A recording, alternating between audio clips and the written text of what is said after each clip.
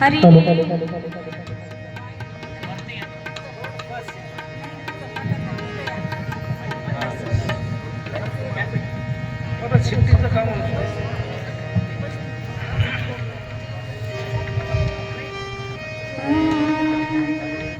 हरी जय जय Ram Krishna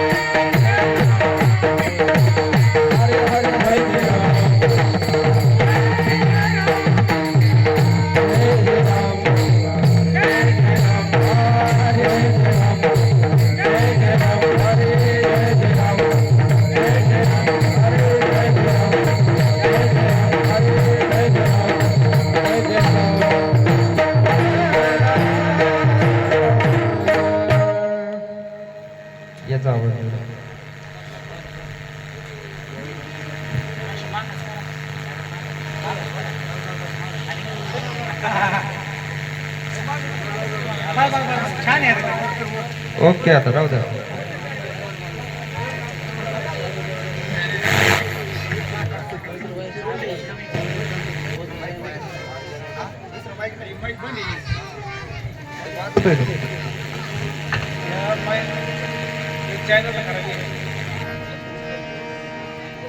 channel बदलाय channel बदलून घ्या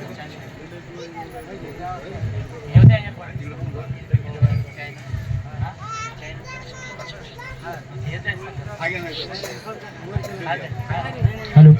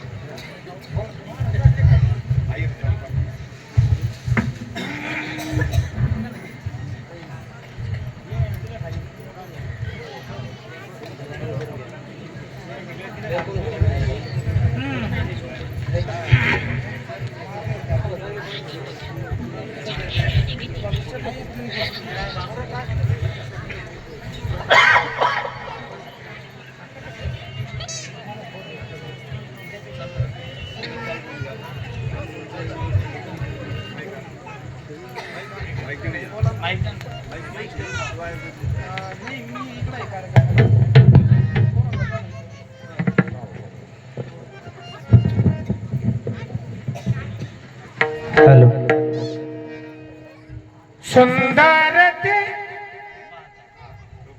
रूप पाहत रूप पाहता लोचनी सुख झाले हो साजनी तुहा विठ्ठल बरवा तुहा माधव तुहा माधव बरवा तुहा माधव बरवा रूप पाहता लोचनी सुख झाले हो साजनी तुहा विठ्ठल बरवा तुहा माधव बरवा तुहा माधव बरवा तुहा माधव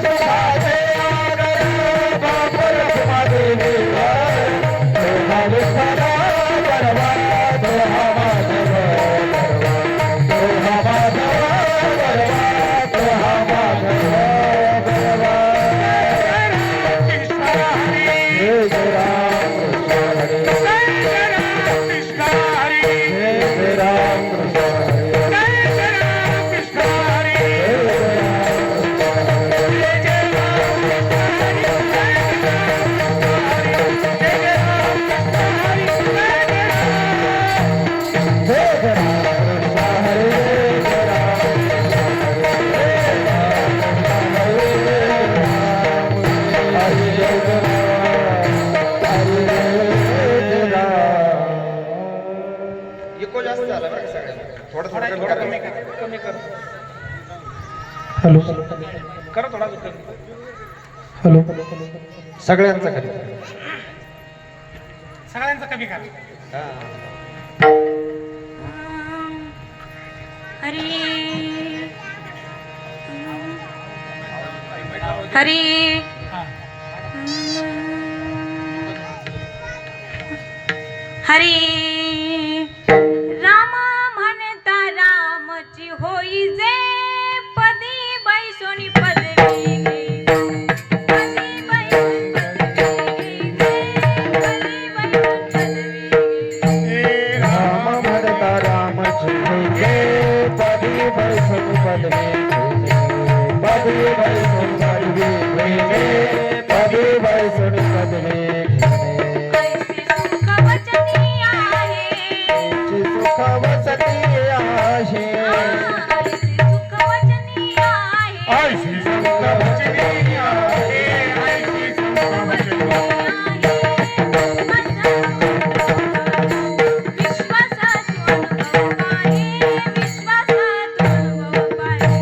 ऐशी संत वचनी आहे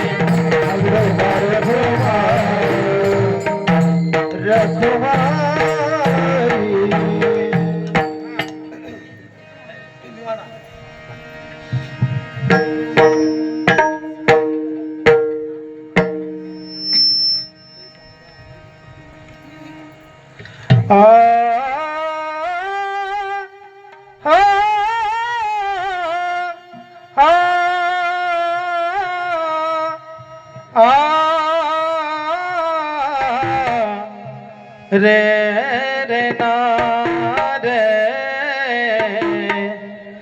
रे रे ना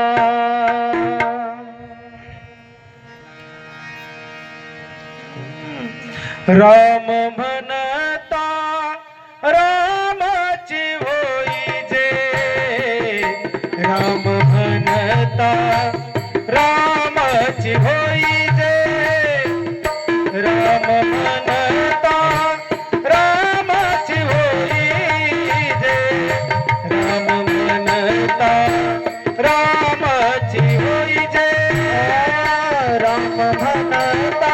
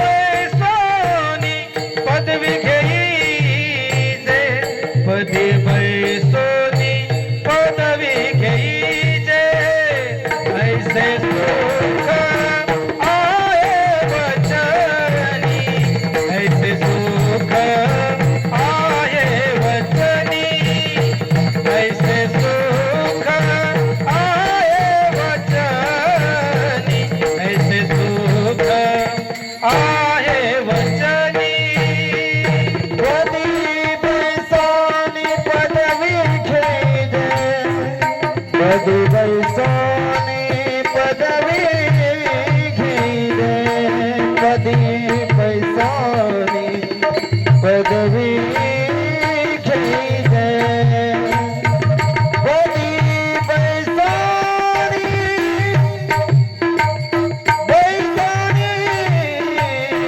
पदवी घेईदे कधी बैसोनी पदवी घेईदे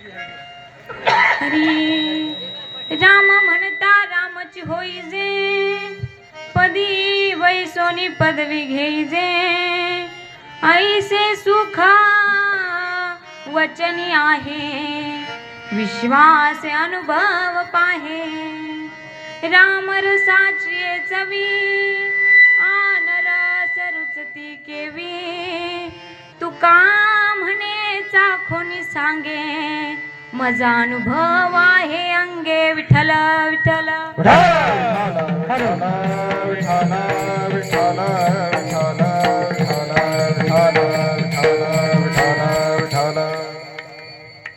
महायोग पीठे तटे भीमरत्यम वरम पुंडरीकाय धातुम मुनींद्रे समागत्य तिष्ठं तमानंदकंदं परब्रह्मलिंगं भजे पांडुरंगा करू प्रथम नमन पांडुरंगा करू प्रथम नमन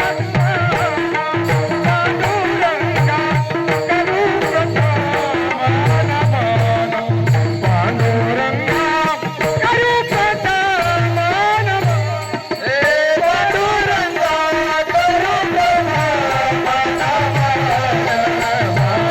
पांडुरंगा करू प्रथम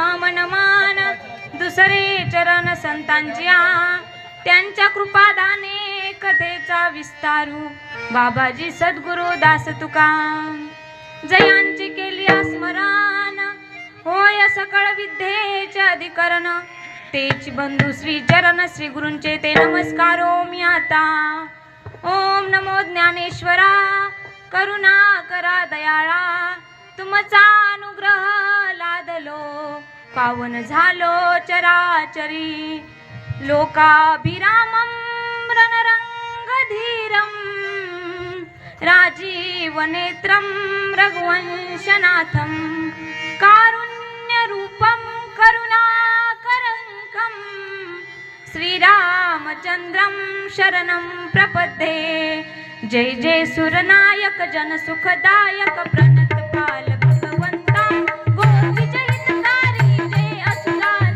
सिंधु सुता भयकांता पालन सुरधरणी अद्भुत करण मर्मन जानई कोई जो सहज कृपाला दीन दयाल करुणी अनुग्रह सोडी जय ही लागी अति अनुरागी विगत मोहि मुनि वृंदा किसी बासर जाने हरि गुण गाव जयती सच्चिदानंदा जयती सच्चिदानंदा राजा राम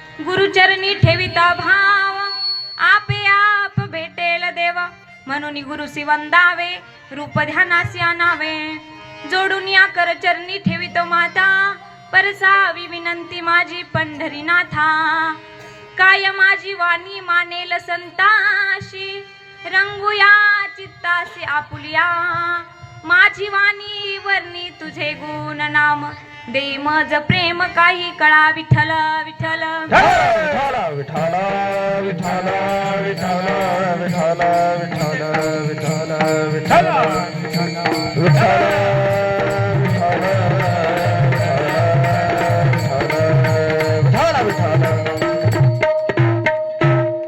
राम म्हणता रामच होईजे राम म्हणता रामच होईजे पदी बैसोनी पदवी घेईजे ऐसे सुखा वचनी आहे विश्वास अनुभव पाहे प्रस्तुत प्राप्त प्रसंगी प्राप्त स्थळी कीर्तन रूपी सेवेसाठी निवडलेला अभंग महान भगवत भक्त संत सम्राट महाराष्ट्र भूषण देऊचे सुप्रसिद्ध साधू श्री संत श्रीमंत जगद्गुरु तुकोबराय यांचा अत्यंत महत्वाचा नामपर प्रकरणातील 4 चरणाचा अभंग आजच्या कीर्तन रूपी सेवेसाठी निवडलेला आहे विठ्ठल विठाला विठाला विठाला विठाला विठाला विठाला विठाला विठाला अखिल कोट ब्रह्मांड नायक रुक्मिणी प्राण संजीवन जगताधार श्री पांडुरंग परमात्म्याच्या निसीमागत कृपेद्वारा मुक्त कैवल्य तेजोनिधी ज्ञानी यांचे राजे साधकांचे मायबाप योग्याची माऊली अनाथाची माय विश्व माऊली ज्ञानोबरायांच्या कृपाशीर्वादाने गावकऱ्यांच्या सहकार्याने गुणीजनांच्या उपस्थितीमध्ये आणि ज्यांच्या खऱ्या अर्थाने शुभ हस्ते चालू असणारा हा सप्तदिनी श्रीमद भागवत ज्ञानयज्ञ सोहळा आमच्या परमसद्य आदरणीय परमार्थिक कार्यामध्ये नेहमी तत्पर असणाऱ्या मंगलताई आहे त्यांनी एवढ्या सुंदर कार्यक्रमाचं नियोजन केलेलं आहे बघा. त्यांना द्यावे तेवढे धन्यवाद कमीच आहे. त्यांना धन्यवाद देते आणि आपल्या कीर्तन रूपी सेवेकडे वळते. विठ्ठला विठ्ठला विठ्ठल विठ्ठल विठ्ठल विठ्ठल विठ्ठल विठ्ठल विठ्ठल. खऱ्या अर्थाने साथीसाठी पण सुंदर महाराज मंडळी आलेले आहेत आणि इकडून आमचे तबला वादक दादा आहेत. बाबा पण पेटीच्या साथीसाठी बसलेले आहे. इकडून महाराज पण आहेत पखवाजाच्या साथीसाठी. सर्वांची नावं घेणं काय आता एवढं शक्य नाही कारण की वेळ कमी आहे बघा. सर्वांची जर नावं घ्यायला गेलं तर आपलं इथंच कीर्तन होऊन जाईल नावामध्ये. नावापाशी काय असतं दादा? करून दिलेली ओळख माणूस कधीतरी विसरतो पण कार्यातून झालेली ओळख माणूस कधीच विसरत नाही. म्हणून तर म्हणतात ना 33 कोटी देवाच्या अब्जावती मंदिर, 33 कोटी देवाच्या अब्जावती मंदिर, पण एकही मंदिर नसताना सर्वांच्या हृदयात ज्याने मंदिर कोरलं तो राजा म्हणजे छत्रपती शिवाजी महाराज. राजाची ओळख कार्यातून झालेली आहे दादा. सिंहाचा कधीच राज्याभिषेक केला जात नाही कारण तो स्वतःच्या कर्तृत्वानेच राजा असतो. विठ्ठल विठ्ठल विठ्ठल विठ्ठल विठ्ठल विठ्ठल विठ्ठल विठ्ठल विठ्ठल विठ्ठल. राम म्हणता रामच होईजे, पदी बैसोनी पदवी घेईजे, ऐसे सुखा वचनी आहे, विश्वास अनुभव पाहे. महाराज म्हणतात नामस्मरण करणं खूप महत्वाचं आहे दादा. या कलियुगामध्ये नामस्मरणाशिवाय हे जग बुडत चाललेलं आहे. या जगाचा ऱ्हास होत चाललेला आहे. जगबुडी होत चाललेली आहे. बुडत हे जन न देखवे डोळा, येतो कळवळा म्हणून या. संत महात्मे म्हणतात राम नामाशिवाय हे जग बुडत चाललेलं आहे. या जगाचा ऱ्हास होत चाललेला आहे. जगबुडी होत चाललेली आहे बघा. राम म्हटलं की तोंड उघडतं, देहातली सगळी पापे बाहेर पडतात आणि म्हटलं की तोंड बंद होतं, पुन्हा पापांना तोंडात जायला प्रवेश नाही. राम राम स्मराधी. काही लोक म्हणतात देव खात नाही. आपण काय म्हणतो? देवाला नैवेद्य दाखवायचा आहे. आपण म्हणतो का देवाला नैवेद्य खायचा आहे म्हणून? म्हणतो का? महिला मंडळी बोलत जा आणि भजन चालू असलो जरा टाळ्या वाजी जा बरं का. तुम्ही लय झोप आल्या मी करू लागले. आपण म्हणतो आपला देव खात नाही, पण त्या देवाच्या एखाद्या भक्ताला जर भूक लागली आणि त्याला जर प्रेमाने 2 घास खायला दिले तर तेच माझ्या भगवान परमात्म्याला आवडतं, तेच माझ्या देवाला आवडतं. माझा भगवान परमात्मा भक्ताच्या प्रेमाचा भुकेलेला आहे. पटत नसेल तर एक उदाहरण देऊन सांगते. एक वारकरी पंढरपूरला वारी करता निघाला आणि वारीला जात असताना मुक्काम दर मुक्काम करत करत वारकरी बाबा पंढरपूरला निघाले आणि एका पाटलाच्या घरी मुक्कामाला थांबले. आणि पाटलाच्या घरी मुक्कामाला थांबल्याच्या नंतर दुसऱ्या दिवशी सकाळी स्नान संध्या वगैरे झाली आणि वारकरी बाबा निघाले तर त्यावेळेला पाटलांनी आवाज दिला, ओ वारकरी बाबा थांबा म्हणे. त्यावेळेला वारकरी बाबा म्हणले, काय पाटील साहेब? म्हणे योगाने तुम्ही पंढरपूरला चालले तर माझे 5 आंबे भगवान परमात्मा करता घेऊन जा म्हणे. वारकरी बाबा म्हणे हरकत नाही. वारकरी बाबांनी ते 5 आंबे घेतले, आपल्या पिशवीत टाकले आणि वारकरी बाबा घेऊन निघाले. पुन्हा जात असताना मुक्काम दर मुक्काम करत करत वारकरी बाबा एका ठिकाणी मुक्कामाला थांबले आणि तिथे वारकरी बाबाची जेवणाची सोय काही झाली नाही. अर्ध्या रात्री वारकरी बाबाला खूप भूक लागली, झोप लागत नव्हती, म्हणून वारकरी बाबाने त्या 5 आंब्यातले 2 आंबे खाल्ले. खाली किती उरले? 3. खाली उरले 3 आणि मग ते 3 आंबे घेऊन वारकरी बाबा दुसऱ्या दिवशी पंढरपूरला गेले आणि पंढरपूरला गेल्याच्या नंतर चंद्रभागेमध्ये स्नान वगैरे झालं आणि दर्शनाकरता गेले. दर्शनाकरता जवळ गेल्याच्या नंतर भगवान परमात्म्याला सांगितलं, देवा रस्त्याने येत असताना मी एका पाटलाच्या घरी मुक्कामाला थांबलो होतो आणि येत असताना पाटलाने तुझ्यासाठी 5 आंबे दिले होते, पण रस्त्याने येत असताना एका गावामध्ये माझी जेवणाची सोय झाली नाही. अर्ध्या रात्री मला खूप भूक लागली म्हणून त्यातले 2 आंबे मी खाल्ले आणि उरलेले 3 आंबे पाटलाच्या नावाने तुझ्या चरणावर समर्पित. आणि असं दर्शन वगैरे झालं आणि वारकरी बाबा पुन्हा परतीच्या प्रवासाला निघाले. आणि येत असताना वारकरी बाबा प्रामाणिक होते बघा. ते पाटलाच्या घरी गेले, सांगितलं, पाटील साहेब तुम्ही जे काही आंबे दिले होते त्यातले रस्त्याने जात असताना एका गावामध्ये माझी जेवणाची सोय झाली नाही. अर्ध्या रात्री मला खूप भूक लागली म्हणून त्यातले 2 आंबे मी खाल्ले आणि उरलेले 3 आंबे तुमच्या नावाने देवाच्या चरणावर समर्पित केले. पाटील पण मोठ्या मनाचा होता. पाटील म्हणे हरकत नाही. आणि रात्रीच्या वेळी वारकरी बाबा त्या पाटलाच्याच घरी थांबले आणि झोपल्याच्या नंतर साक्षात भगवान परमात्मा पाटलाच्या स्वप्नात आला आणि येऊन सांगितलं, पाटील साहेब तुम्ही जे काही आंबे पाठवले त्यातले 2 आंबे मला मिळाले, खूप गोड लागले. पाटील खरबडून जागे झाला. पाटलाला वाटलं अरे आपण तर 5 आंबे पाठवले होते. वारकरी बाबा म्हणे मी 2 आंबे खाल्ले. आता वारकरी बाबाच्या रूम मध्ये गेले. पाटील साहेबांनी सांगितलं, वारकरी बाबा खरं बोला म्हणे किती आंबे खाल्ले. म्हणे मी 2च आंबे खाल्ले. म्हणे खरं सांगा किती आंबे खाल्ले. म्हणे पाटील साहेब 2च आंबे खाल्ले. ते म्हणे आताच भगवान परमात्मा माझ्या स्वप्नात आला होता आणि स्वप्नात येऊन भगवान परमात्म्याने सांगितलं, पाटील साहेब तुम्ही जे काही आंबे पाठवले त्यातले 2 आंबे मला मिळाले.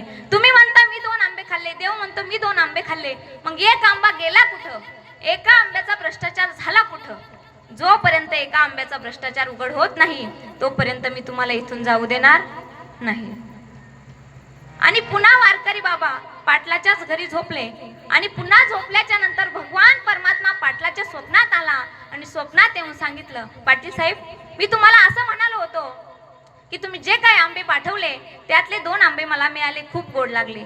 मी तुम्हाला असं म्हणालो होतो का? रस्त्याने येत असताना एका गावामध्ये माझ्या वारकऱ्याची जेवणाची सोय झाली नाहीये. अर्ध्या रात्री माझ्या वारकऱ्याला खूप भूक लागली म्हणून माझ्या वारकऱ्याने त्यातले जे 2 आंबे खाल्ले तेच माझ्यापर्यंत येऊन पोहोचले आणि जे 3 आंबे माझ्या चरणावर समर्पित केले होते ते मंदिरातले बडवे पुजारी केव्हाच घेऊन गेले. मला थोडक्यात सांगायचं असं, एखाद्या भक्ताला जर भूक लागलेली असली त्याला जर प्रेमाने 2 घास खायला दिले तर तेच माझ्या भगवान परमात्म्याला आवडतं, तेच माझ्या देवाला आवडतं. माझा भगवान परमात्मा भक्ताच्या प्रेमाचा भुकेलेला आहे. थोर प्रेमाचा भुकेला, थोर प्रेमाचा भुकेला, थोर प्रेमाचा भुकेला, थोर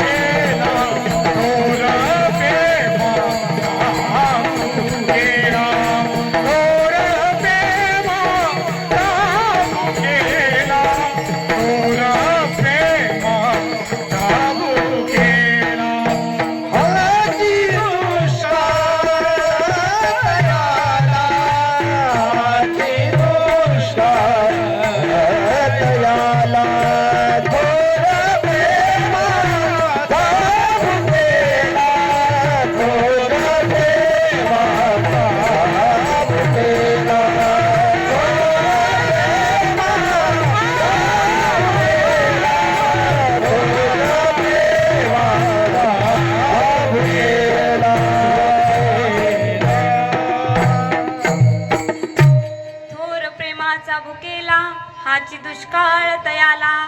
माझा भगवान परमात्मा भक्ताच्या प्रेमाचा भुकेलेला आहे. झोप आली काय? लय डोळ्याला हात लावलेले दिसते. झोपू नका बर का, आत्ताशी कीर्तन सुरुवात झालेली.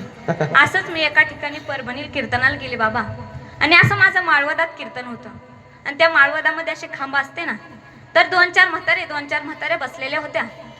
एक विनेकरी, 2-4 टाळकरी आणि एक पखवाजा अशी चिल्लर पार्टी समोर बसलेली होती मुलांची आणि खूप धिंगाणा चालू होता बघा त्या पोरांचा. आणि तेवढ्यामध्ये आता माझ्या कीर्तनात प्रत्येकाला झोप लागते बरं का, माझा अनुभव. तसंच विनेकराला कीर्तन सुरू झालं आणि विनेकराला एवढी गाढ झोप लागली दादा, कुटीला असं डोकं दिलं आणि गाढ झोप लागली. जसं कीर्तन संपलं, विठोबा रुक्माई भजन झालं, विनेकरी दंदिशी खाली पडले. जसे खाली पडले तसं विनेकराचा नाही फुटला आणि विनाही फुटला. मी गेले, विचारलं तात्या झोपले होते काय? म्हणे नाही ताई. म्हणलं मग काय? खुटी जरा ढिल्लीच होती म्हणे. विठ्ठल विठ्ठल विठ्ठल विठ्ठल विठ्ठल विठ्ठल विठ्ठल विठ्ठल माणसाने कळतं तिथंच बोललं पाहिजे बाबा, नको तिथं बोलून काही फायदा नाही. कालच मी आमच्या आजीला म्हणलं, आजी आपल्या गावातल्या सरपंचाची बायको कोमात गेली जाऊन. आजी म्हणते, बाई त्यांचं काय, ते मोठे लोक आहे कुठं जातील कोमात. माणसाने कळतं तिथंच बोललं पाहिजे खऱ्या अर्थाने. ऐका, काही साधकांनी तुकोबारायांना प्रश्न केला, तुकोबाराय तुम्ही म्हणता आमचा देव भक्ताला पद देतो, जागा देतो, मग एखादं तरी उदाहरण सांगा. त्यावेळेला तुकोबाराय सांगू लागले, ऐका, पंढरपुरामध्ये अगदी आनंदाने दिवाळी साजरी होत होती. दसरा दिवाळी हाची माझा सान, सखे हरिजान भेटतील. दसरा दिवाळी म्हणजे माझ्या भगवान परमात्म्याच्या आवडतीचा सण आहे. आणि पंढरपुरामध्ये अगदी आनंदाने दिवाळी साजरी होत होती. आणि दिवाळीच्या अगोदर महिला मंडळी फराळीचं बनवतात, बरोबर आहे का? लाडू, करंजा, शंकरपाळे, चिवडा, अनारसे, चंपाकली बनवतात का? आता नवीन नवीन पदार्थ निघले. तसंच नामदेवरायाच्या आईने फराळीचं बनवायला सुरुवात केली. बनवतात का नाही तुमच्याकडं? सारखं पाहू राहिलं नाही, भागाभागात बदल असतो म्हणून विचारलं. आमच्याकडं मेल्यावर माणसं जाळतात, तुमच्याकडं? ऐका, तसंच नामदेवरायाच्या आईने फराळीचं बनवलं. लाडू, करंजा, शंकरपाळे, चिवडा, अनारसे, चंपाकली सर्व फराळीचं बनवलं. छोट्याशा नामानं आईकडे हट्ट केला, आई तू एवढं सारं फराळीचं बनवलं, मला एक तरी लाडू दे ना गाई. त्यावेळेला नामदेवरायाची आई म्हणते, नामदेवा आपल्या घराण्याची परंपरा अशी आहे, देवाने खाल्ल्याशिवाय माणसाने खायचं नाही. त्यावेळेला नामदेवराय म्हणतात, आई मी लहान आहे ना ग, म्हणजे मी पण देवस्वरूप आहे ना, दे ना गाई. त्यावेळेला नामदेवरायला आई म्हणते, नामदेवा आपल्या घराण्याची परंपरा अशी आहे, देवाने खाल्ल्याशिवाय कोणीच खायचं नाही. मग नामदेवराय म्हणतात, आई देव कधी खाणार, मग मी कधी खाणार. त्यावेळेला नामदेवरायची आई म्हणते, नामदेव जा रावळामध्ये जाऊन देवाला सांग तुला आईने घरी फराळीचं करण्याकरता बोलवलं म्हणून. छोटेसे नामदेवराय रावळामध्ये जातात आणि रावळामध्ये गेल्याच्या नंतर देवाला सांगतात, देवा आईने घरी सर्व फराळीचं बनवलं, लाडू, करंजा, शंकरपाळे, चिवडा, अनारसे, चंपाकली सर्व फराळीचं बनवलं. आणि मी आईला म्हटलं, आई मला एक तरी लाडू दे ना ग. त्यावेळेला आई म्हणते, नामदेवा आपल्या घराण्याची परंपरा अशी आहे, देवाने खाल्ल्याशिवाय माणसाने खायचं नाही. मी आईला म्हटलं, आई मी लहान आहे ना ग, मी देवस्वरूप आहे ना, दे ना गाई. त्यावेळेला नामदेवराय म्हणतात, तरी सुद्धा आई मला म्हणते की आपल्या घराण्याची परंपरा अशी आहे, देवाने खाल्ल्याशिवाय कोणीच खायचं नाही. मग देवा आता तुला माझ्या घरी फराळीचं करण्याकरता यावंच लागलं. त्यावेळेला देव म्हणतात, नामदेवा मी माझी जागा सोडून, माझी वीट सोडून मी कुठंच जात नाही. त्यावेळेला नामदेवराय म्हणतात, देवा नाही नाही तुला यावंच लागणार. त्यावेळेला देव म्हणतात, नामदेवा एकदा तुझ्या हट्टा खातर तुझ्या हातचं दूध पिलं, एकदा तुझ्या हट्टा खातर तुझ्या हाताने जेवण केलं, आणि हा कोणता नवीनच हट्ट करतोय म्हणे. त्यावेळेला नामदेवराय म्हणतात, नाही देवा जोपर्यंत तू येणार नाही तोपर्यंत मी इथून जाणार नाही. अगदी पहाटेचे 2 वाजले, नामदेवराय जायला तयार नाही. देव म्हणतात, नामदेवा घरी जा. त्यावेळेला नामदेवराय म्हणतात, देवा मी जाणार नाही. अगदी पहाटेचे 3 वाजले, नामदेवराय जायला तयार नाही. देव म्हणतात, नामदेवा घरी जा. देवा जोपर्यंत तू घरी येणार नाही ना तोपर्यंत मी इथून जाणार नाही. त्यावेळेला देवाला वाटलं, आता हा हट्ट करतोय, आपल्याला जावंच लागणार. लहान लेकरांचा हट्ट कसा असतो जातो तसंच देवाला वाटलं. देव नामदेवरायला म्हणतात, नामदेवा मी तुझ्या घरी फराळीचं करण्याकरता जातो, पण तोपर्यंत आता 3 वाजले आणि 4 वाजता मंदिरामध्ये पुजारी येतील, आणि मला येऊपर्यंत तुला माझी जागा सांभाळायची, माझी वीट तुला सांभाळायची. आपण काय बघत होतो, पदी बाई सोनी पदवी घेईजे, तोपर्यंत तुला माझी जागा, माझी वीट तुला सांभाळायची आहे. त्यावेळेला नामदेवराय म्हणतात, देवा सांग कशी सांभाळायची. म्हणे, जा विटेवरती उभा राहा, पावले समान ठेव, कमरेवरती हात ठेव, अगदी माझ्यासारखं. नामदेवराय जातात, विटेवरती उभा राहतात, कमरेवरती हात ठेवतात, अगदी देवासारखं उभा राहतात. आणि त्यावेळेला देव सांगतात, नामदेवा हे बघ, आता मी तुझ्या घरी फराळीचं करण्याकरता जातो, पण यदा कदाचित मला यायला जर वेळ झाला तर तोपर्यंत आता 3 वाजलेले, 4 वाजता मंदिरामध्ये पुजारी येतील, आणि आल्याच्या नंतर प्रथमतः अंगावरचे कपडे काढतील, दह्या दुधाने लोण्याने आंघोळ घालतील, नंतर थंडगार पाण्याने आंघोळ घालतील. पाणी किती थंड असलं तरी हालचाल करायची नाही. आणि सांगितलं आंघोळ झाल्याच्या नंतर ते तुला अलंकार वगैरे घालतील आणि अलंकार वगैरे घातल्याच्या नंतर तुझ्या तोंडामध्ये लोण्याचा गोळा भरवतील. लोणी कितीही गोड असलं तरी खायचं नाही. नामदेवराय म्हणतात देवा एवढं सारं होण्याआधी तूच जाऊन ये ना लवकर. त्यावेळेला देव जातात, नामदेवरायच्या घरी फराळीचं करतात आणि गप्पामध्ये देव एवढे दंग होतात की इकडे 4 वाजतात. मंदिरामध्ये पुजारी येतात. उठा साधू संत सदा पुंडलिक केला मानव देह मग कैसा भगवंत केला मानव देह मग कैसा भगवंत उठा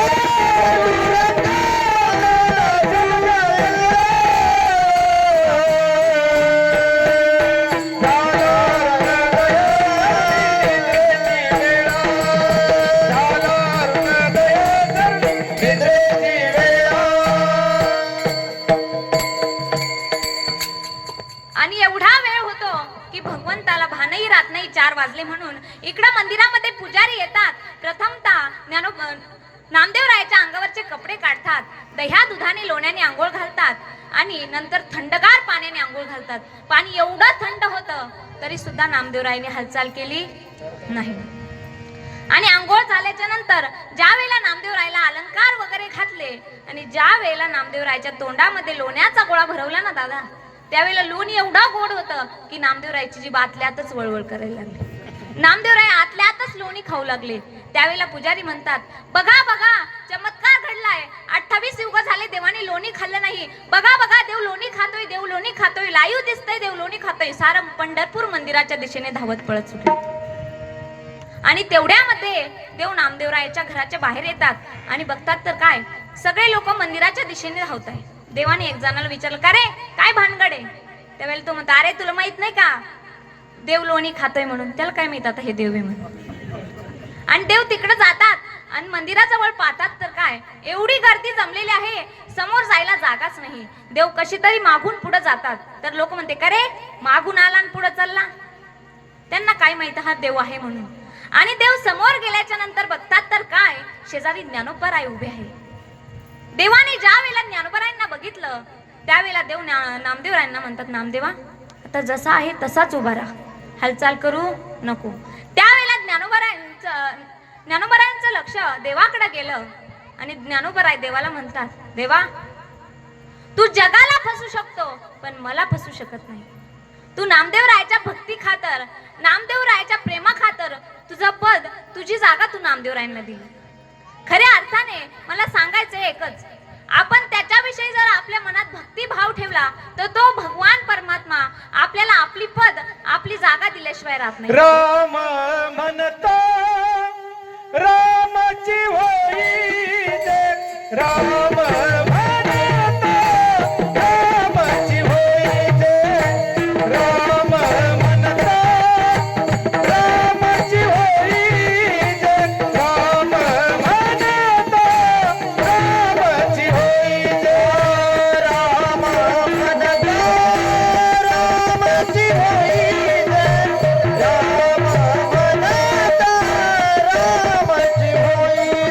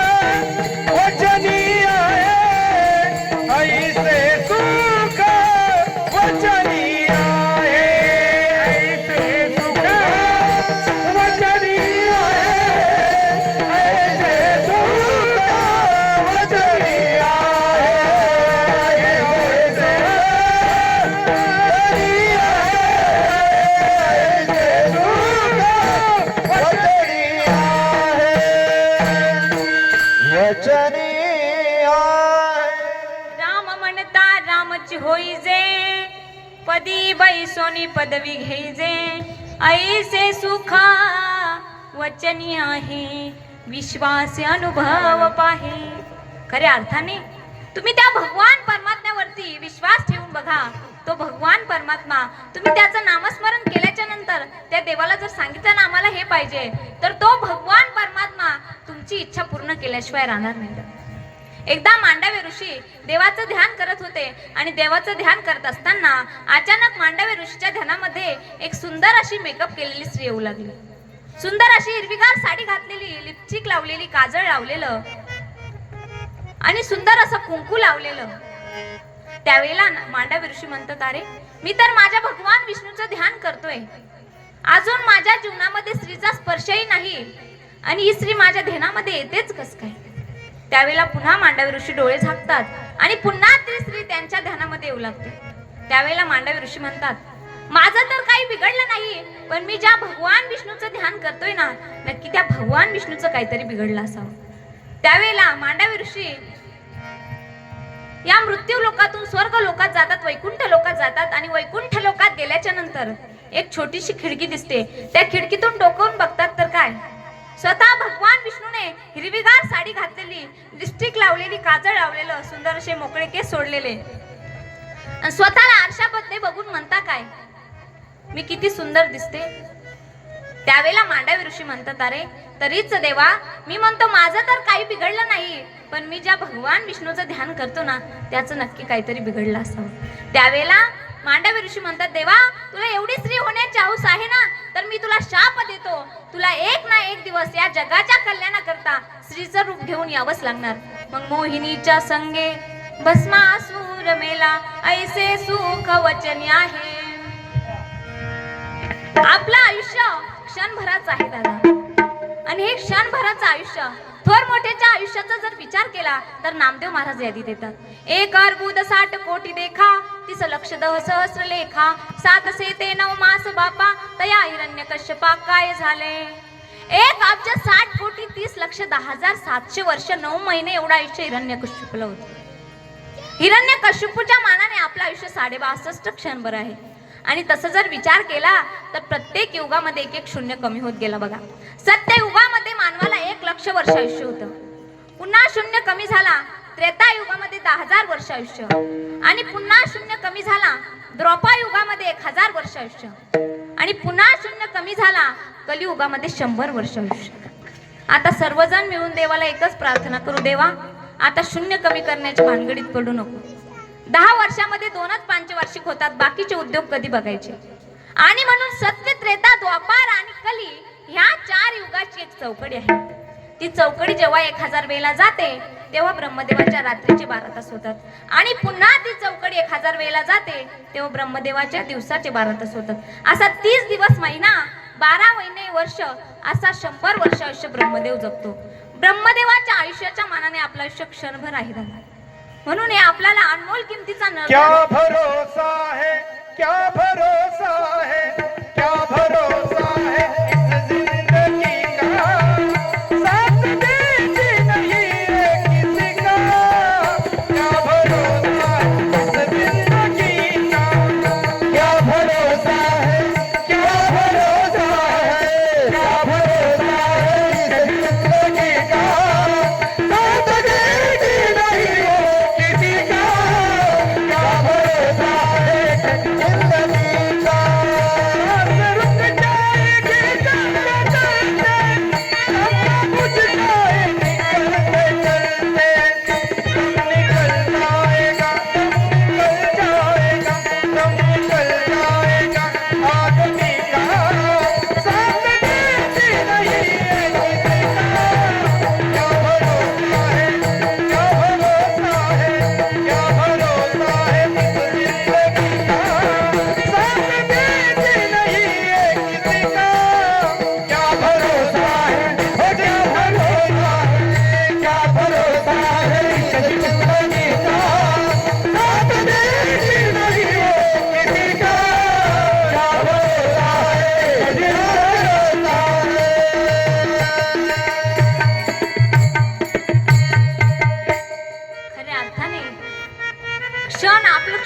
सुखाचं आयुष्य आहे दादा.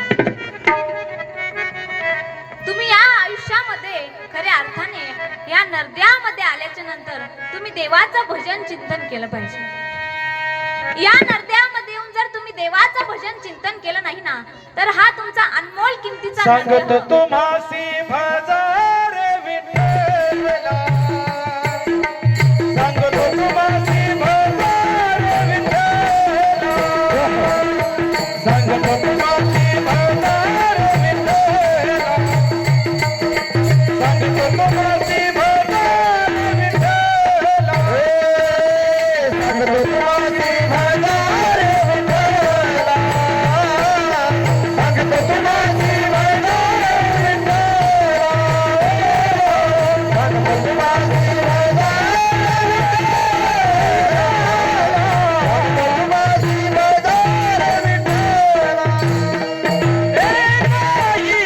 विठ्ठला, सांगतो तुम्हासी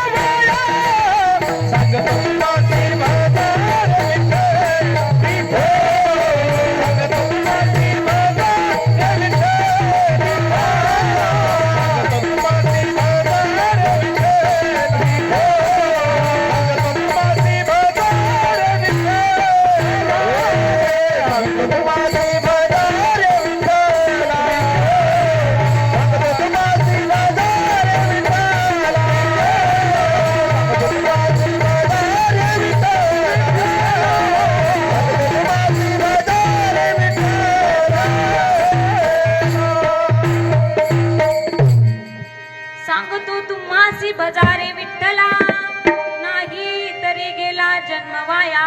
या नरद्यामध्ये येऊन जर तुम्ही देवाचं भजन चिंतन केलं नाही तर हा अनमोल किमतीचा नरदेह तुमचा वायाला गेल्याशिवाय देवे दिला देह भजन गोवना, देवे दिला देह भजन गोवना,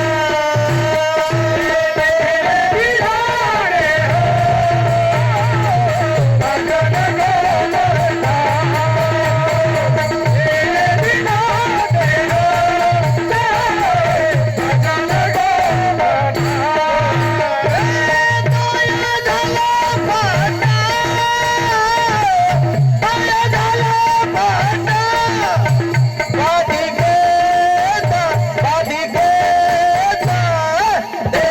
दिला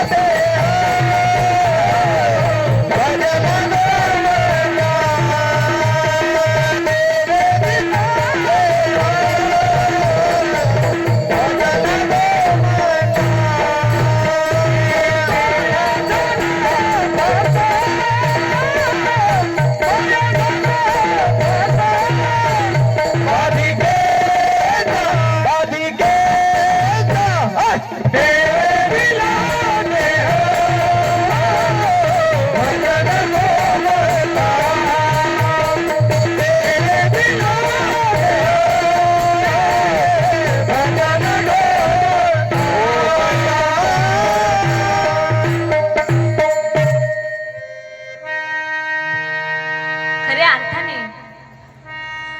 हा देह आपल्याला पुन्हा पुन्हा मिळत नाही दादा. 84 लक्ष ओणी फिरल्याच्या नंतर हा माणसाचा देह माणसाला मिळालेला आहे. या नद्यामध्ये तुम्ही मनामध्ये भाव ठेवून देवाचं चिंतन करा, भजन करा. खऱ्या अर्थाने भाव असणं खूप महत्वाचं आहे बघा. भाव कसा असला पाहिजे ऐका. एक डॉक्टर होता आणि त्याच्या हाताखाली एक कंपाऊंडर होता बघा. आणि त्या डॉक्टरकडं त्याने एक आयुर्वेद असा कोरोनाचा काळ आला, सर्दी खोकला ताप अशी साथ चालू होती आणि त्याने एक अशी आयुर्वेदिक बुकटी तयार केली. गुळवेलाचा पाला, सराटीचे काटे अशी आयुर्वेदिक बुकटी तयार केली आणि त्याच्या छोट्या पुड्या बांधल्या. आणि कोणताही पेशंट आला की डॉक्टर त्यांना एक पुडी द्यायचा आणि सांगायचं काय नाही ठीक होतंय चालन जा. आणि ती पुडी पेल्याच्या नंतर काय व्हायचं, पोटामध्ये थोड्याफार कळा यायच्या, पोट साफ व्हायचं आणि आजार निघून जायचं. या कंपाऊंडरने 10-15 दिवस पाहिलं आणि म्हटलं अरे कोणताही पेशंट येऊ एकच पुडी देताय म्हणे आणि आपल्याला काय म्हणे 1.5 रुपये महिना आहे म्हटले आणि हे बसले छपायला पैसे, काय फायदा आहे म्हणे. नवीन दवाखाना काढायचा. कोण म्हटला? कंपाऊंडर. कंपाऊंडरने नवीन दवाखाना काढला दादा आणि त्याने पण तशीच बुकटी तयार केली आणि या दवाखान्याला नाव दिलंय कोणत्याही आजारावरती उपचार, कुठल्याही आजारावरती उपचार. आणि त्यांच्याकडे असंच योगायोगाने त्यांच्या गावातल्या एका बाईचं 2 गाढवं हरपले होते. 2 गाढवं हरपले होते आणि ती रस्त्याने चालली, तिची मैत्रीण आली समोरून. ती म्हणते का ग काय झालं? ती म्हणते गाढवं हरपले. ती म्हणते बाई कशाला चिंता करते म्हणे, कशाला चिंता करते म्हणे, गावामध्ये नवीन डॉक्टर आलाय म्हणे, कोणत्याही याच्यावरती विलाज आहे म्हणे, चाल. तिला घेऊन गेली डॉक्टरकडे. डॉक्टरला सांगितलं म्हणे जे गाढव हरपले म्हणे 2, म्हणे न्या मग 2 पुढे. 2 पुढे नेले दादा. जीच बेजारी ते पुढे घेतल्याच्या नंतर घी तांब्या पळ जीच बेजारी उठली. आणि तेव्हा काही बाथरूम नव्हते, नदीच्या कडाला जावं लागायचं. घी तांब्या पळ आणि योगायोगाने कोणीतरी तिचे गाढव पाठवून दिले, हाकलून दिले तिकडून. हिला ते गाढव दिसले. ती म्हणते माय झाला थोडा त्रास पण गुण हम खास. 2 पुढ्यात का व्हायना गुण आला म्हणे. आणि तिला डॉक्टरचा भरोसा पटला आणि जीच हुल उठली महाराज तिने. एखाद्या माणसाने जर ठरवलं ना कोणाला मोठं करायचं तर त्याचा हात कोणी धरू शकत नाही दादा. डॉक्टर चांगलाही गुण येतोय, डॉक्टर चांगलाही गुण येतो, इतकी हुल उठली दादा. आणि नेमके योगायोगाने त्या गावातले राजा आणि राणी का 12 वर्षापासून बोलत नव्हते. 12 वर्ष झाले होते राजा आणि राणी काही बोलत नव्हते. मग ही गाढवावाली जी बाई होती जिचे गाढव हरपले होते ती राणीच्या घरी खुरपायला गेली. आणि राणी म्हणते बाई 12 वर्ष झाले राजेसाहेब माझ्याशी बोलत नाही. त्यांनी बाई कायला टेन्शन घेता, गावामध्ये नवीन डॉक्टर आलाय म्हणे, चला ना म्हणे त्याच्याकडे, कोणत्या याच्यावरती विलाज आहे म्हणे. राणीला गपचिप ती घेऊन गेली आणि डॉक्टरला सांगितलं 12 वर्ष झाले राजा आणि राणी 2 जण नवरा बायको 12 वर्षापासून बोलत नाही. डॉक्टर म्हणे न्या मग 12 पुढे. किती न्या? 12 पुढे. 2 पुढ्याने जर एवढे हाल होत असेल दादा तर 12 पुढ्याने काय होते?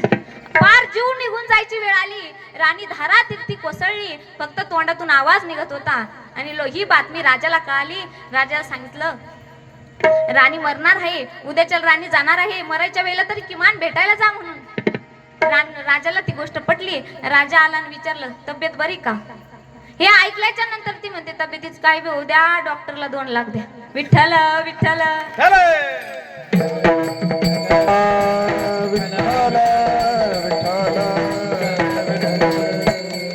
माणूस क्रिया काय करतं हे महत्वाचं नाही, त्याच्या अंतःकरणामध्ये त्याच्याविषयी भाव कसा आहे हे महत्वाचं आहे.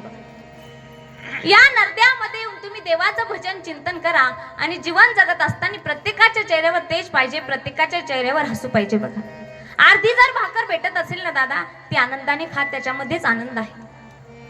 एका गीतकाराने सुंदर असं वर्णन केलेलं आहे बघा गीताचं. आनंद या जीवनाचा सुगंधा परी दरवळावा. आनंद या जीवनाचा सुगंधा परी दरवळावा. आनंद या जीवनाचा सुगंधा परी दरवळावा. तला सुरी द्यायचा ओठातून ओघळावा. आनंद या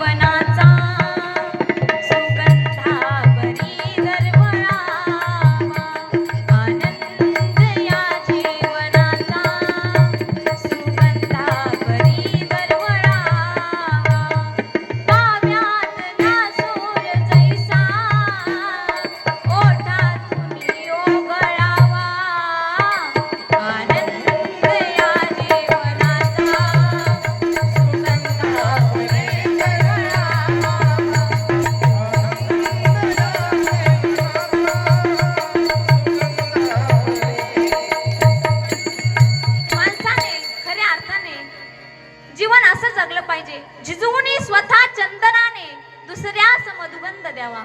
खऱ्या अर्थाने स्वतः चंदनासारखं झिजवून दुसऱ्याला मधुगंध दिला पाहिजे. काही जरी आलं ना, मरण जरी आलं ना दादा, खऱ्या अर्थाने हसत गेलं पाहिजे आपण. हे जीवन आनंदाने जगून घ्यायचं. ऐका, भगत सिंग आहे ना, त्यांच्या जीवनामधला एक प्रसंग आहे. विठ्ठला.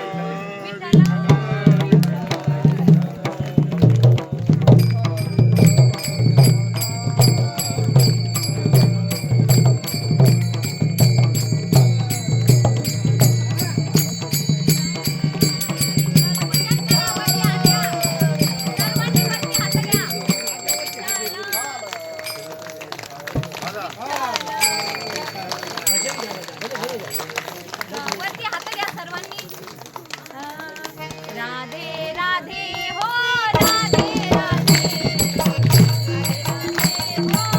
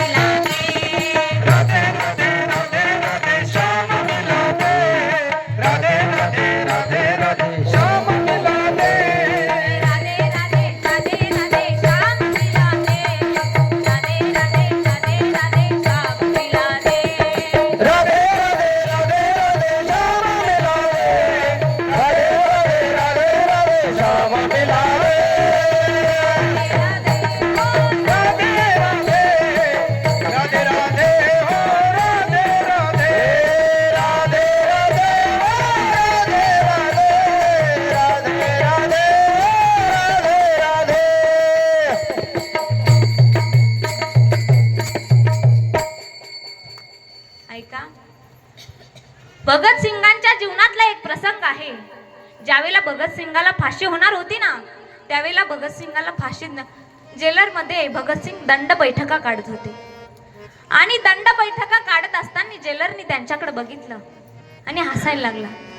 जेलर म्हणाले, अहो तुम्हाला कल्पना नाही का, आज तुम्हाला फाशी आहे म्हणे. म्हणे हो मला माहित आहे फाशी आहे म्हणून. आणि मग दंड बैठका कशासाठी काढताय, मरायचंच आहे म्हणे तुम्हाला. तर त्यावेळेला भगत सिंगाने खूप सुंदर उत्तर दिलं बघा.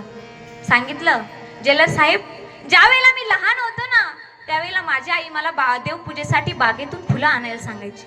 आणि मी जायचो आणि दिसन ते फुलं तोडून आणायचो. पण आणलेले सर्वच फुलं माझी आई देवाला वाहत नव्हती, तर गोंडस टवटवीत फुलं माझी आई देवाला व्हायची. तर त्याच वेळेला मला कळालं, देव सर्वच फुलांना जवळ घेत नाही, जे गोंडस आणि टवटवीत फुलं आहे त्यांनाच जवळ घेतोय. म्हणून आज मला माझ्या भारत मातेच्या समर्पणासाठी जायचं आहे. मी जर सुकलेल्या चेहऱ्याने गेलो तर माझी भारत माता माझा स्वीकार करणार नाही.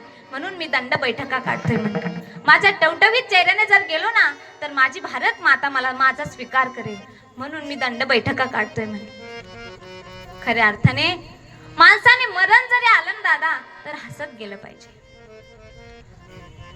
ज्ञानोबरायांनी आपल्या उभ्या आयुष्यात आपल्या वडिलांचा, आपल्या भावंडांचा कोणाचाही उल्लेख केलेला नाही, पण एका बाईचा उल्लेख केलेला आहे. कोण होती ती बाई? एक ऋषी कन्या होती. तारुण्य देशाला प्राप्त झाली. त्या देशाचा राजा आला आणि मागणी केली. ऋषीने नाकार दिला. ऋषी म्हणाले, तुमचं वय कुठं, माझ्या मुलीचं वय कुठं? राजा म्हणाला, माझ्या मुलासाठी दे, माझी सून म्हणून तिला दे. ऋषीने होकार दिला. लग्न झालं, घरी गेली, गरोदर अवस्था प्राप्त झाली. तिने सुंदर अशा बाळाला, राजकुमाराला जन्माला घातलं आणि त्या 1 दिवसाच्या बाळाला पाळण्यामध्ये टाकून उपदेश करते. त्या 1 दिवसाच्या बाळाला पाळण्यामध्ये टाकलं आणि उपदेश करायला सुरुवात केलेली आहे.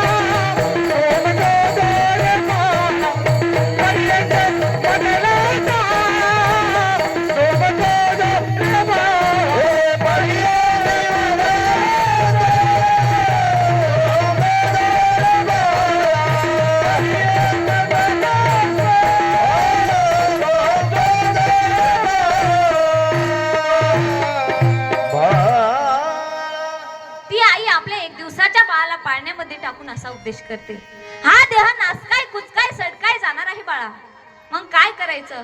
स्मरे एक हरिहारा शरण जावे गोविंदा. त्या आईने आपल्या 1 दिवसाच्या बाळाला असा उपदेश केला. आणि आताच्या आया काय कशा आहे? आउट हाथ का मानव दे अल्लाह ने तुझे दिया, आउट हाथ का मानव दे अल्लाह ने तुझे दिया, खाया पिया सुख से सोया ना जमाना खोया, खाया पिया सुख से सोया ना जमाना खोया,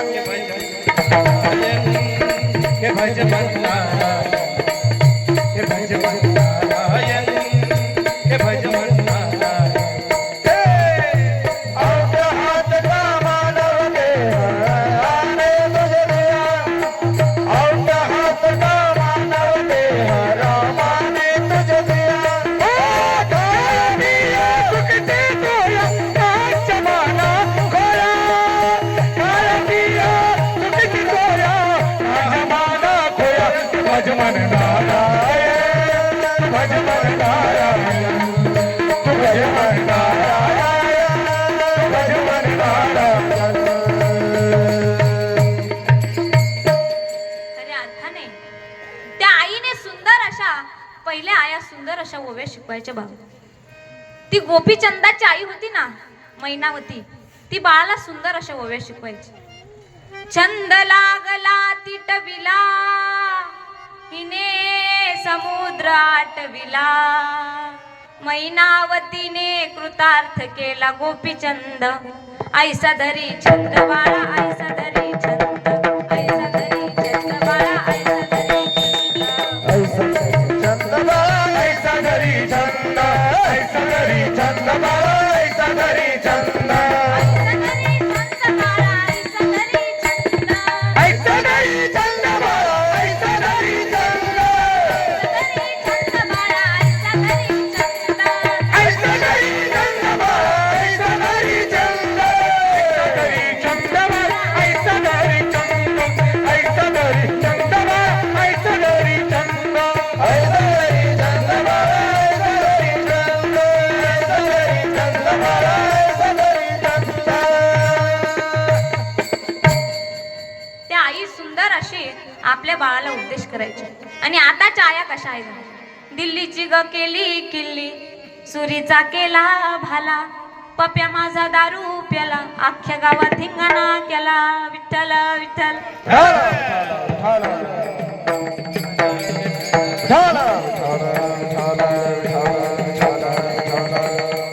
खऱ्या अर्थाने मुलाबाळांना संस्कार देणं खूप गरजेचं आहे दादा. मुलाबाळांना संस्कार द्या खऱ्या अर्थाने, नाहीतर पोरं एवढ्या आईवडिलांच्या पुढे चाललेले आहे दादा. एक पोरगा 10वी मध्ये 3दा नापास झाला. 10वी मध्ये 3दा नापास झाला. शिक्षक म्हणाले, करे बाळा पागल आहे का म्हणे, 10वी मध्ये 3दा नापास? तुझ्या वयामध्ये ज्ञानोबरायांनी ज्ञानेश्वरी लिहिली, छत्रपती शिवाजी महाराजांनी स्वराज्य स्थापन करण्याची शपथ घेतली, आणि तू काय करतोय म्हणे. त्यावेळेला तो पोरगा म्हणे, शांत बसा मास्तर. म्हणे काय झालं? म्हणजे तुमच्या वयामध्ये तर ज्ञानोबरायांनी समाधी घेतली होती, तुम्ही अजून इथंच. एवढे विचित्र पोर आहे दादा. आणि त्या विनेकऱ्याचा प्रसंग सांगितला ना मी तुम्हाला आता, तर त्याच्यामध्येच त्या असे छोटे मुलं समोर बसलेले होते बघा. आणि नेमके ते काय करायचे, मला अशा गुळाच्या गोळ्या करून द्यायचे खायला. गुळाच्या इथं मला देत नाही कोणी, पण तिथं देत होते बरं का. आणि ते पोर द्यायचे आणि मी पण ते खात होते. मी 2-3 वेळेस खाल्ल्या, पण मला जरा खरटच लागले ते. मग मी त्यांच्याकडे बघितलं, ते पोरगा असं नाकात बोट घालायचं आणि मग मला लावून द्यायचं.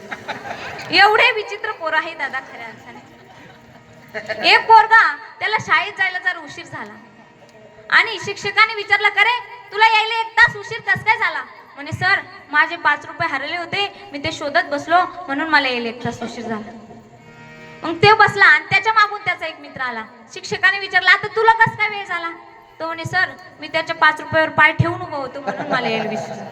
एवढे विचित्र पोर आहे दादा खऱ्या अर्थाने. विठ्ठल विठ्ठल विठ्ठल विठ्ठल विठ्ठल विठ्ठल विठ्ठल विठ्ठल.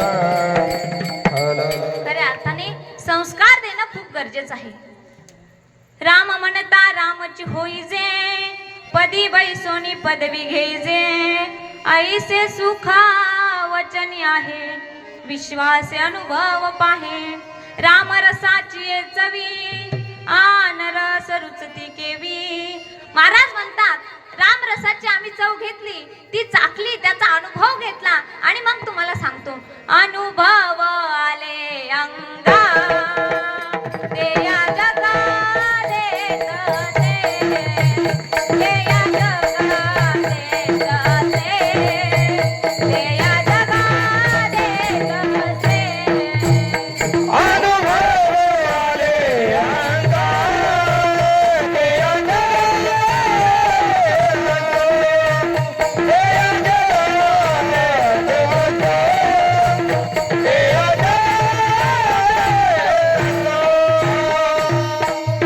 ते महाराज म्हणतात ते रामरस आम्ही घेतलं, ते चाखलं, त्याचा अनुभव घेतला आणि मग तुम्हाला सांगतो रामरसाचे चवी आन रस रुचती केवी तुका म्हणे चाखोनी सांगे माझा अनुभव आहे अंगे विठोबा रखुमाई जय जय विठोबा रखुमाई. विठोबा रखुमाई जय विठोबा रखुमाई. तबल्यावाले विठोबा रखुमाई. विठोबा रखुमाई.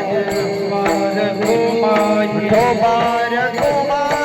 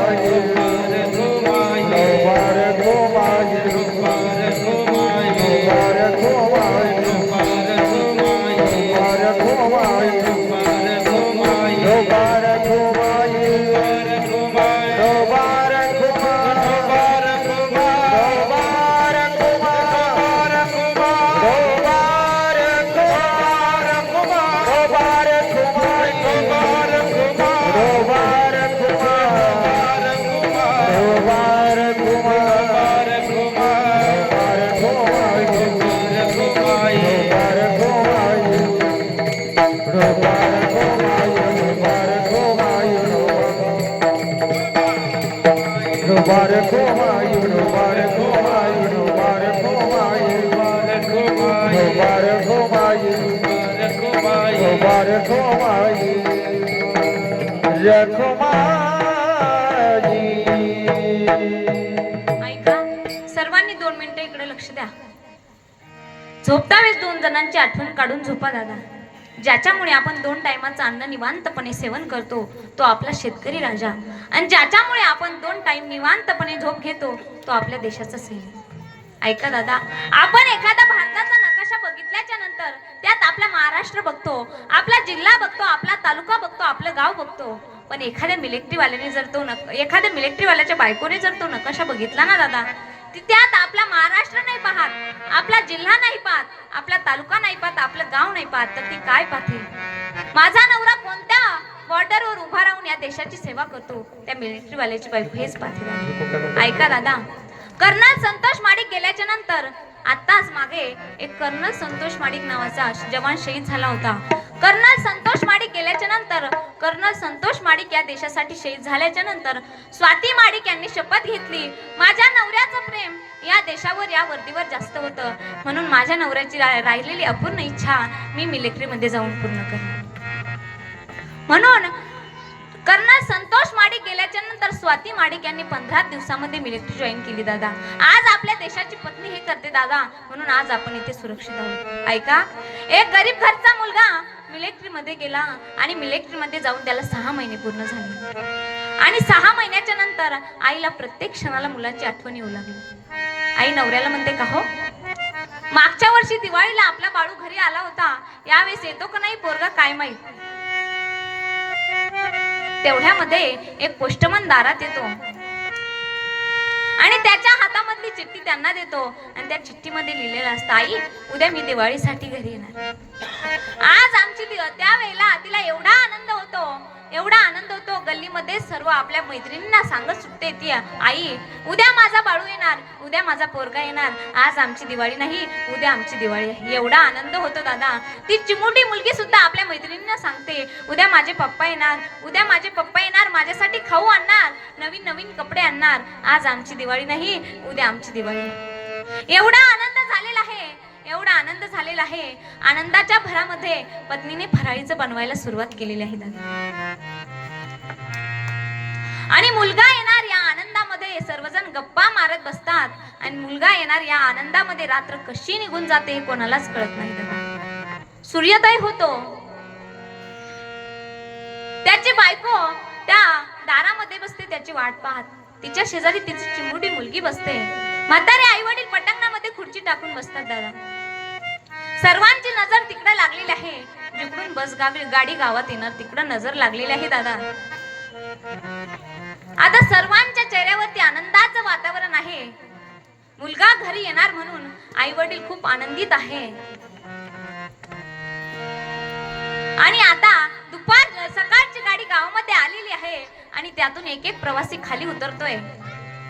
सर्वजण तटकन उठून उभे राहिले आणि बघतात तर 40-45 प्रवासी खाली उतरले, पण त्यात तिचा मुलगा तिला दिसला नाही ना दादा. त्यावेळेला त्या आईला खूप खंत वाटली. ती नवऱ्याला म्हणते का हो बाळू तर म्हणाला होता मी सकाळच्या गाडीने येणार, अजून का आला नाही पोरगा, मला तर शंका वाटते. त्यावेळेला नवरा म्हणतो अगं शंका कुशंका काही करू नको, लांबून यायचं त्याला, येईल तो दुपारच्या गाडीने येईन, आपण दुपारच्या गाडीची वाट पाहू. सर्वजण दुपारच्या गाडीची वाट पाहत बसतात दादा. चित्र डोळ्यासमोर आणा. सर्वांची नजर तिकडे लागलेली आहे, जिकडून बसगाडी गावात येणार तिकडं. घरामध्ये पंचपक्वानाचं जेवण बनवलेलं आहे, पण कोणाच्या पोटामध्ये अन्नाचा कण नाही दादा. सर्वजण वाट बघत आहे. आता जसजसं गाडीचा टाइम जवळ येतोय तसतसं प्रत्येकाच्या चेहऱ्यावर आनंद वाढत आहे. आता गावामध्ये एक बस गाडी न येता एक दवाखान्याची ॲम्ब्युलन्स गाडी येते दादा आणि त्यांच्या घरासमोर येऊन उभी राहते आणि त्याचा दरवाजा उघडला जातो. कोणालाही शंका नसते आणि त्यातून एक पेटी बाहेर काढलेली जाते आणि त्या पेटीला उघडल्याच्या नंतर आतमध्ये तिरंग्यात गुंडाळलेला आपल्या काळजाचा तुकडा पाहून आई वडील धाड दिशी शरीर सोडून देतात. ज्या घरी मुलगा दिवाळीला येणार होता त्या घरी जर प्रेत यात्रा येत असेल तर काय म्हणत असेल दादा तिथलं वातावरण. आई वडील रडते, त्याची पत्नी रडते, पण त्या चिमुरड्या लेकराला काही कळत नाही दादा. आई वडिलांच्या जीवनातलं सर्वात मोठं दुःख आहे दादा. त्यांच्या म्हातारपणचा आधार असणारा मुलगा निघून जाणे हे आई वडिलांच्या जीवनातलं सर्वात मोठं दुःख आहे. तरुण वयामध्ये पतीचा आधार निघून जाणं हे स्त्रीच्या जीवनातलं सर्वात मोठं दुःख आहे आणि बालपणामध्ये वडिलांचा आधार निघून जाणं हे लेकरांच्या जीवनातलं सर्वात मोठं दुःख आहे. सर्वजण रडताय. त्यावेळेला ती चिमुटी मुलगी आपल्या आईला म्हणते आई सांग ना ग आई, आजी बाबा का रडताय, तू का रडते, पप्पा का उठत नाही, सांग ना ग आई. त्यावेळेला ती आई म्हणते बाळा तुझे पप्पा झोपले. ती मुलगी जाते आणि प्रेताला स्पर्श करून म्हणते पप्पा उठा ना, पप्पा उठा ना, तुम्ही माझ्यासाठी खाऊ आणणार होते ना पप्पा, उठा ना पप्पा, बघा ना सर्वांनी नवीन कपडे घातले बाबा, उठा ना बाबा, तुम्ही माझ्यासाठी कपडे नाही आणले का. त्या लेकराला काही माहित दादा की आपले बाप कधीच उठणार नाही म्हणून. एका मिलिटरी वाल्याच्या मुलीने सुंदर अशा काव्यातून आपल्या भावना व्यक्त केलेल्या आहेत. बेटी पुकारे पापा तुम कहाँ चले गए, मम्मी दादी दादा रोते हैं अब कहाँ गए, फूल फुलिया सड़क कहते अपने सब कुछ बम से उड़ा दिया, कैसे पूछो और क्या जानूं जो भविष्य मेरा चुरा लिया, लौटाओ आप जल्दी अब तुम हम सब के लिए, बेटी पुकारे पापा तुम कहाँ चले गए, मम्मी दादी दादा रोते अब कहाँ गए, कर चले हम पिता जानो तन साथियों अब तुम्हारे हमारे पते साथियों, घर चले हम पिता जानो तन साथियों, अब तुम्हारे हवाले वतन साथियों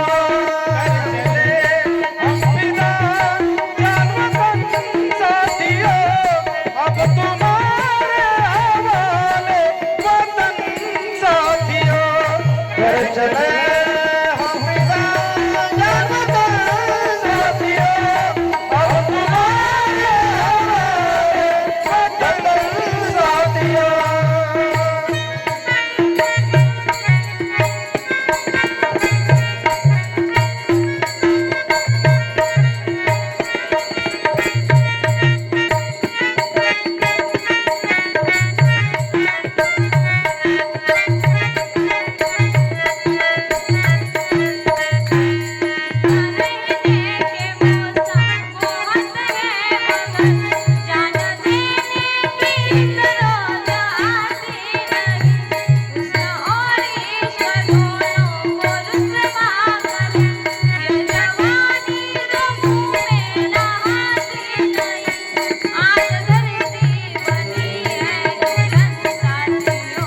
अब तुम्हारे हवाले वतन साथियों घर चले हम साथियों अब तुम्हारे हवाले वतन साथियों अब तुम्हारे हवाले वतन साथियों साथियों झालेली सेवा भगवान पंढरीश परमात्म्याच्या चरणी माऊली ज्ञानोबरायांच्या चरणी दत्त भगवंताच्या चरणी समर्पित करते आणि येथेच माझ्या वाणीला पूर्ण विराम देते. ज्ञानेश्वरा माऊली धनराज माऊली तुकाराम दाडेश्वरा माऊली धनराज माऊली तुकाराम दाडेश्वरा माऊली धनराज महाराज दाडेश्वरा माऊली दाडेश्वरा माऊली दाडेश्वरा माऊली दाडेश्वरा माऊली दाडेश्वरा माऊली जय विठ्ठल जय जय जय विठाल जय जय विठाल जय विठाल जय जय विठाल जय विठाल जय जय जय भोले गुरु देवा कोणी उत्तरे क्षमा परद महाराज तुम आनंद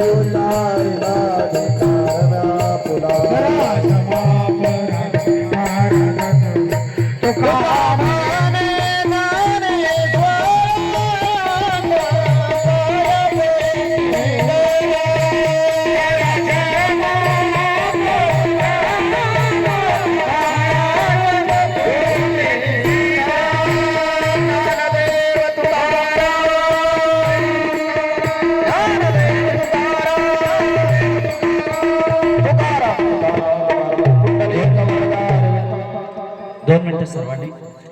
अखिल कोट ब्रह्मांड नायक रुक्मिणी प्राण संजीवन जगदाधार श्री पांडुरंग परमात्म्याच्या निस्सीमागत कृपेद्वारा मुक्त कैवल्य तेजनिधी ज्ञानियांचे राज्य साधकाचे मायबाप योगाची माऊली आनंदाची माय विश्वमाऊली ज्ञानोबराच्या कृपा आशीर्वादाने अखिल विश्वाच्या परमात्मा उदारामध्ये व्याप्त असणारी तत्वज्ञ संत महानुभव भक्त संत सम्राट जगद्गुरु तुकाराम महाराज यांच्या कृपा आशीर्वादाने नंद आनंद घन द्वारकाधीश भगवान श्रीकृष्ण परमात्म्याची श्रीमद भागवत कथा ज्ञानेद्य सोहळा आणि या सोहळ्यामध्ये या ठिकाणी परमसद्य आदरणीय या कार्यक्रमाचे आयोजक संयोजक निवेदक परमार्थप्रेमी परमार्थिक कार्यामध्ये तत्पर असणाऱ्या मंगलताई जिवडे यांच्या विनंतीला मान देऊन या ठिकाणी या कार्यक्रमाचा कीर्तनाचा खऱ्या अर्थाने योग आला पहा.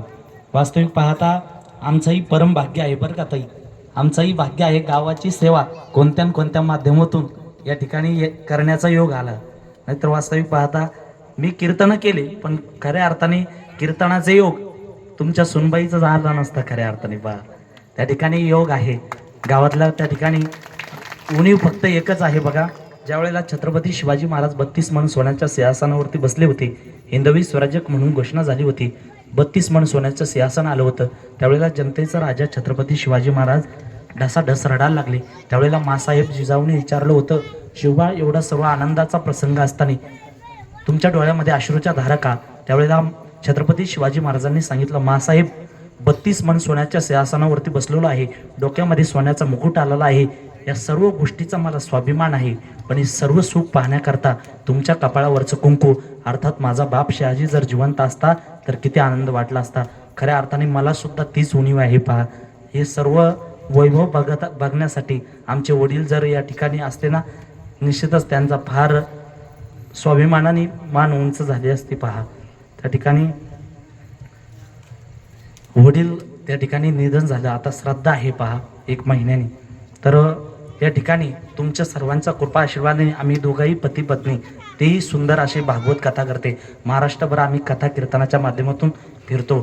तर खऱ्या अर्थाने तुमच्या सर्व माईबापाचा आम्हाला काही नकोय, फक्त तुमचा सर्व गावकऱ्याचा आशीर्वाद आमच्या पाठीशी असावं एवढीच तुमच्या सर्व गावकऱ्याच्या चरणी प्रार्थना करतो आणि या ठिकाणी कार्यक्रम झाला असं जाहीर करतो.